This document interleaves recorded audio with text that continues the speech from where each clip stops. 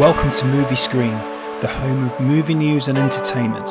Don't forget to like, share and subscribe for all the latest industry film information. Blade Runner is a cinematic masterpiece that was released in 1982. Upon release, it didn't do too well in the box office, but like fine wine, it's aged to become an iconic film of the ages, truly embedded into pop culture as the ultimate cyberpunk classic. It was followed by Blade Runner 2049, which stayed true to the original, giving a hyper-futuristic visual spectacle of a future that can be, or a future that is going to be. Underneath the cinematic, stunning visuals of both Blade Runner films lays a dark, miserable, melancholy world of loneliness, misery, and a need for purpose. What we identified in both films was an undertone of embedded sexuality. These factors are hidden in plain sight, with stunning technology and groundbreaking advanced AI, both of which are becoming prevalent in our society today. We will explore the parallels with the Blade Runner movies and how our society is quickly racing into a Blade Runner reality. The reality of the new growing black pill movement and the growing incel, and the new age of the Sigma male. Deckard, Blade Runner.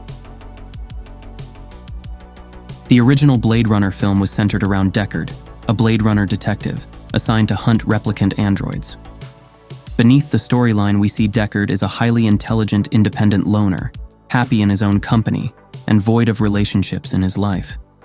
The regular needs of friends and family don't seem to be a requirement for him.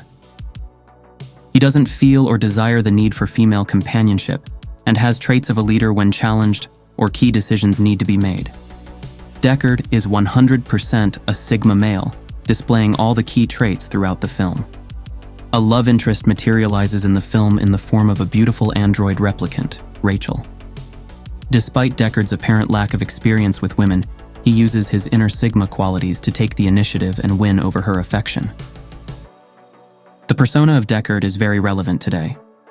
In the exploding culture of the saying, "men going their own way," as stated all over social media and YouTube, men are turning their backs on relationships and marriage and focusing on developing themselves rather than dealing with the complications that come with relationships. In addition to this, the quick death of dating apps is well underway with the explosion of AI technology moving in to replace it in society. Just like the classic novel 1984, Blade Runner is well ahead of its time and is in fact predicting an ever-probable future where organic relationships are replaced with artificial intelligence and technology. In the end, Deckard chose love, but it was transhuman love with a synthetic android. We believe this will become the new normal. The introduction to android technology has also been introduced over the last few years in our society.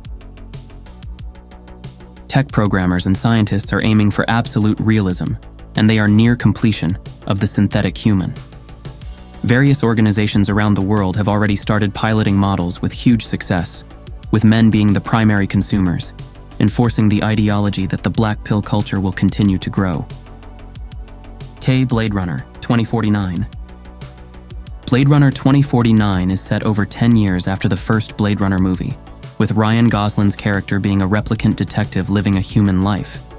In the film, he is tasked with hunting and eliminating decommissioned replicants. Gosling's character has similar traits to Deckard as a loner, with no social circle. However, he doesn't display the Sigma traits as he is submissive when he is in the presence of authority as shown in the scene as when he is at the precinct. His traits are very introverted, and he only appears to have a close bond with his digital AI girlfriend. In the presence of human women, he is dismissive and doesn't have respect or hope of growing a relationship. In this scene, it is visible to see he has no care to engage properly and has an aloof approach when interacting. The woman even challenges him by saying he has no interest in human women. His character does not deny this and looks at her with acceptance of her statement.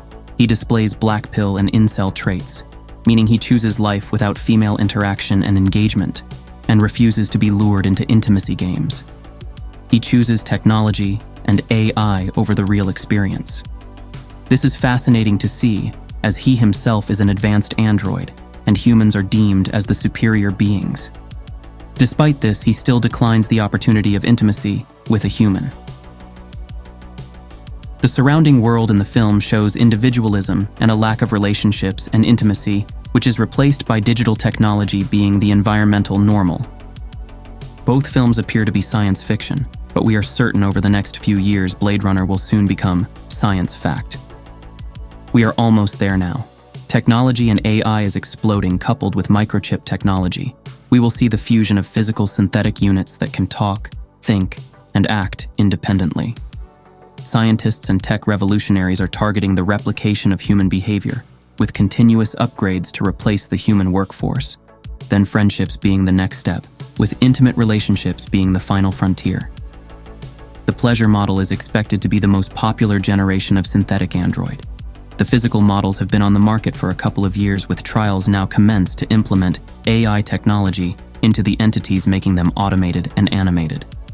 With the growth of the black pill culture, there is forecasted to be a huge consumer base ready and waiting to invest in their own synthetic partner or companion, just like Blade Runner. The reality we are talking about is also evident in Netflix's show Better Than Us. Based in the not-so-distant future, a corporation, Cronus, sell human-looking androids to the public with consciousness and intelligence greater than ChatGPT.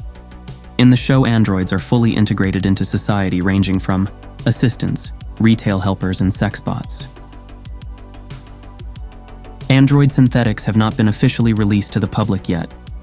Technology is moving so quickly that VR headsets and Alexa will be obsolete before you know it. The next step will be sophisticated AI androids living in your home. Artificial pleasure bots have been getting developed for over 3 years, as this is where the demand will be. Adult websites have dominated the internet rankings for years, but in time they will also be made obsolete in the new age of entertainment. Marriage is on the decline, so are relationships, with more men than ever before going without intimate relationships due to the unrealistic expectations of women and the complications a relationship brings. The technology market has always been consumed by men, and so when the time of the android comes, women may be left behind with men living out their desires, with their ideal synthetic partner fulfilled, built to specification, design, and purpose. And for those of you that think this is crazy talk and ridiculous, they were calling the idea of Alexa and ChatGPT crazy talk 6 years ago. Bear that in mind. We are living in an addiction culture, and the addiction agenda is winning. And I don't need to tell you what the biggest addiction is. The near future will see people bathe themselves in their deepest fantasies, free of health risks, relationship stress and heartache, or financial ruin. But the cost will be the continued breakdown of a social society. A society where people are more isolated than ever before, where people are engrossed in their own technology reality. Believe me, when it gets to this point, things will never be the same again. Just like Blade Runner, everyone will be intoxicated and engulfed in their technology reality, and most people will love it. Some say these will be dark days ahead. Some say it's the beast system coming to fruition. Others will marvel at the splendor. The end goal is to create a fully operational, advanced synthetic race. When this day comes, man can then call themselves God, the creator of life. Let us know what you think in the comments below. Don't forget to like, share, and subscribe. See you in the next one.